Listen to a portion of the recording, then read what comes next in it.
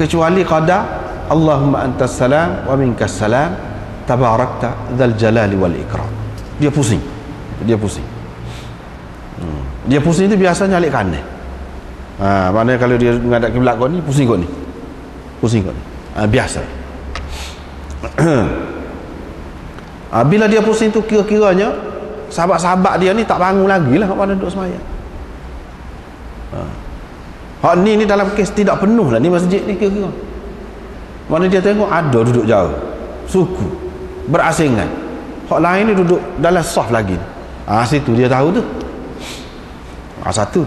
Yang kedua, boleh jadi juga Nabi SAW ni tahu, seperti mana dalam hadis kita sudah jumpa dah.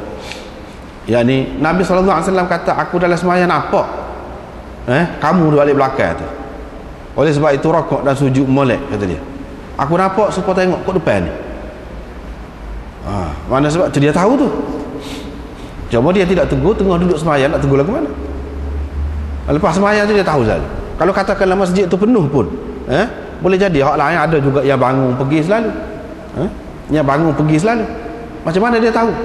Sebab kata saat ni lah, kalau dah dia tahu dalam sembahyang dia tu masa apa dia sembahyang, molek tidak molek, rokok sujud molek tidak molek, dia nampak. Dia nampak. Jadi tak pelik lah kalau nampak bercelaru pun, nampak bersekali dengan orang lain dan suku terpisah sikit, dia boleh tahu, tak pelik. Pak kalau kita kata dia nampak tu, nampak lagu mana? Ada beberapa pendapat pula. Ada yang mengatakan nampak tu supaya cermin. Allah SWT buat dinding depan tu supaya cermin kepada dia. Kita tidak jadi cermin. Kalau ada cermin depan kita lah, kita kata tu iman, dia nampak orang di belakang. Tapi kita kata kalau cermin nampak pemain hidup cacar ramah ni, nampak lagu mana di belakang, duduk garu ke duduk gapo, kita kata kalau cermin, supaya cermin. Tetapi ini gambaran nak memudahkan faham kita saja, iaitu supaya cermin ada depan. Pakat kalau cermin ada depan, kalau cermin duduk atas, nampak pakai belakang. Kalau cermin duduk sini, nampak di belakang tu tinggi. Kalau cermin tu duduk rendah, iyalah. Kalau cermin tu tinggi, boleh nampak juga. Kalau kita kata supaya cermin. Yang kedua, dia kata Nabi SAW ni, Allah SWT buat belakang dia ni, boleh tengok juga. Boleh tengok juga. Mana liang-liang rumah dia alik belakang ni, boleh tengok. Dah boleh tumbuh. Baju ni pun nampak. Dia boleh nampak. Jadi dia melihat tu bukan dengan mata kasar ni saja. Ada yang mengatakan begitu. Ada juga hak kata Nabi SAW nampak ni, mana dia tahu. Allah SWT bagi dia tahu. Serupa dengan orang yang nampak dia tahu. Bukan makna dia nampak, dia tahu. Lepas tu timbul pula persoalan, kalau dia tahu, tidak akan jadi sibuk terganggu juga tu. Nak khusyuk sembahyang duk beritahu hak ni, beritahu hak ni, orang ni lagu ni, orang ni lagu ni, tidak akan jadi terganggu sembahyang. Kalau kita, ia terganggu. Tapi kalau Nabi SAW, hati dia tidak lagu tu. Hati dia tidak lagu tu. Kalau zahir dia ingat apa-apa pun, dia boleh pisah tu, boleh pisah. Kalau kita ingat rasa kara, pergi ke situ dah lah, tak ingat dah lah ni. Dia tidak gitu. Seperti mana dia berkahwin, dia berurus niaga, dia hidup seperti orang biasa, pergi mari, nampaknya berurusan seperti biasa, tapi hati dia tidak putus.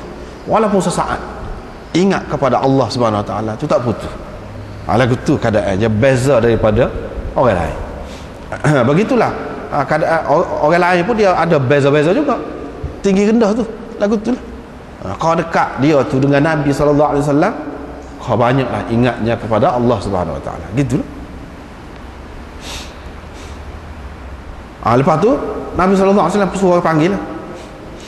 Bila pergi, ketar dia. Ketar saat ni kata faraiz tu, sama ada daging kat atas ni ataupun daging bawah ni. Orang ni kalau terlalu takut sangat, dia akan gerak ni, kocok hak bawah ni ataupun hak atas ni, dia akan kocok. Jadi hak bawah ni nampak tu lagu mana. Orang zaman dulu dia tak pakai baju, bukan semua senang. Nabi SAW sendiri pun bila sembahyang tu kadang-kadang nampak ketiak dia. Menunjukkan dia pakai selimut gitu je, Tidak kata dengan sama-sama baju tu lengkap, tidak. Jadi situlah nampak apa yang jadi ketar kita semua tu, sebab haibat Nabi SAW, haibat dia tu.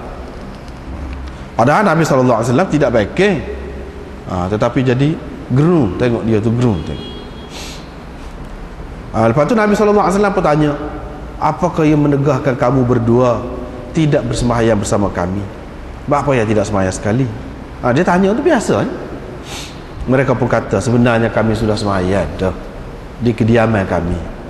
Jadi hak ni dalam riwayat yang lain ni diceritakan dalam perjalanan Nabi SAW nak pergi ke Mekah ni. Dalam perjalanan, bukan di Madinah ni, sembahyang jemaah. Lepas tu orang tu duduk dalam kemah dia, jadi lewat dia pergi. Jadi dia sembahyang lah dulu di tempat dia tu. Dia kata kami sudah sembahyang. Tapi dia pergi juga, bukan tak pergi langsung, dia pergi juga. Boleh jadi dia kira kalau orang tak sembahyang lagi, dia boleh sembahyang sekali. Tak tahu hukum. Jadi semua ni berlaku untuk kita tahu hukum dia lagu mana. Nabi SAW pun kata, jangan buatlah lagu tu semula.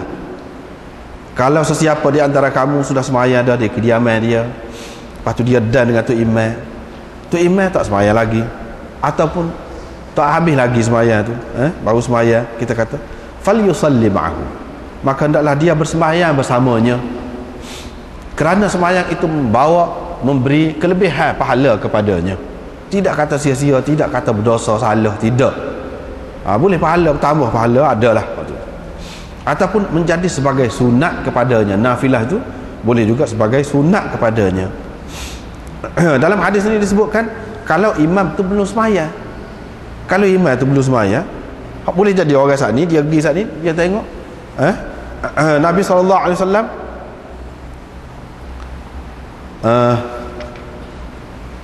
nak sembahyang. Boleh jadi salat tu dengan makna nak sembahyang, dia bersembahyang bersama Nabi SAW. Bila Nabi bersembahyang, mana dia pergi tu, dia tak ada sembahyang lagi, tu imam tak sembahyang lagi. Tapi oleh kerana dia sudah sembahyang dah, dia tak masuk lah. Jemaah sekali, dia sembahyang dah. Satu. Yang kedua, boleh jadi Nabi SAW sembahyang dah, dan dia tidak tahu nak buat lagu mana.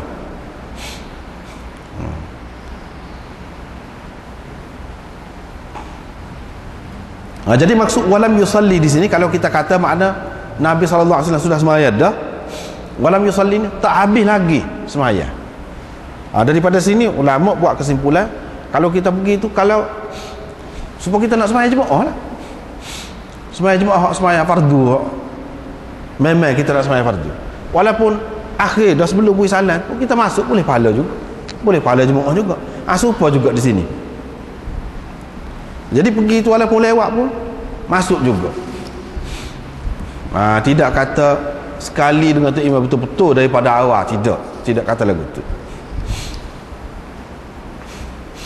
Tetapi ada juga orang yang mengatakan, kalau hak boleh ni, terutama kalau sembahyang subuh ke apa, kalau sembahyang subuh ke apa ni, tu imam tu belum sembahyang lagi, barulah jadi dia tidak sembahyang kemudian daripada subuh, ataupun kemudian daripada asar. Kalau tu imam tu dia dah sembahyang dengan tu imam daripada awal, dia sembahyang dah di rumah dia, lagu tu baru boleh. Tapi kalau tu imam tu dah nak habis dah, sehingga dia jadi kena tambah dia masbuk, tu tak boleh pula kata dia. Sebab apa? Jadi bermakna kita buat sembahyang selepas daripada sembahyang subuh dan asar, yang mana dilarang sembahyang selepasnya. Ini satu pendapat lah. Ada beberapa pendapat. Ada yang mengatakan tak apa, ikut kepada mana pun, asal dia tak beri salam lagi, boleh lah. Kita nak masuk sekali tu boleh.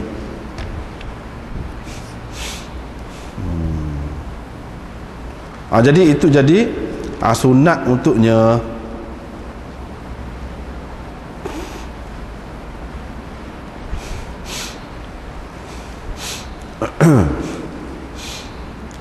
Jadi hak saat ni sembahyang apa dia ni? Hak Nabi SAW kata walam yusalli, dan tu imam tak sembahyang lagi. Apa dia sebut kalau tu imam tak sembahyang lagi? Kamu masuk kalau dan dengan tu imam, tapi tu imam tak sembahyang lagi, maka bersembahyanglah bersama dia. Sebab hak subuh ni tak boleh lepas tu. Bagi orang hak kata tak boleh tu lah, dia kata hak ni boleh ni, kalau dan bersama iman.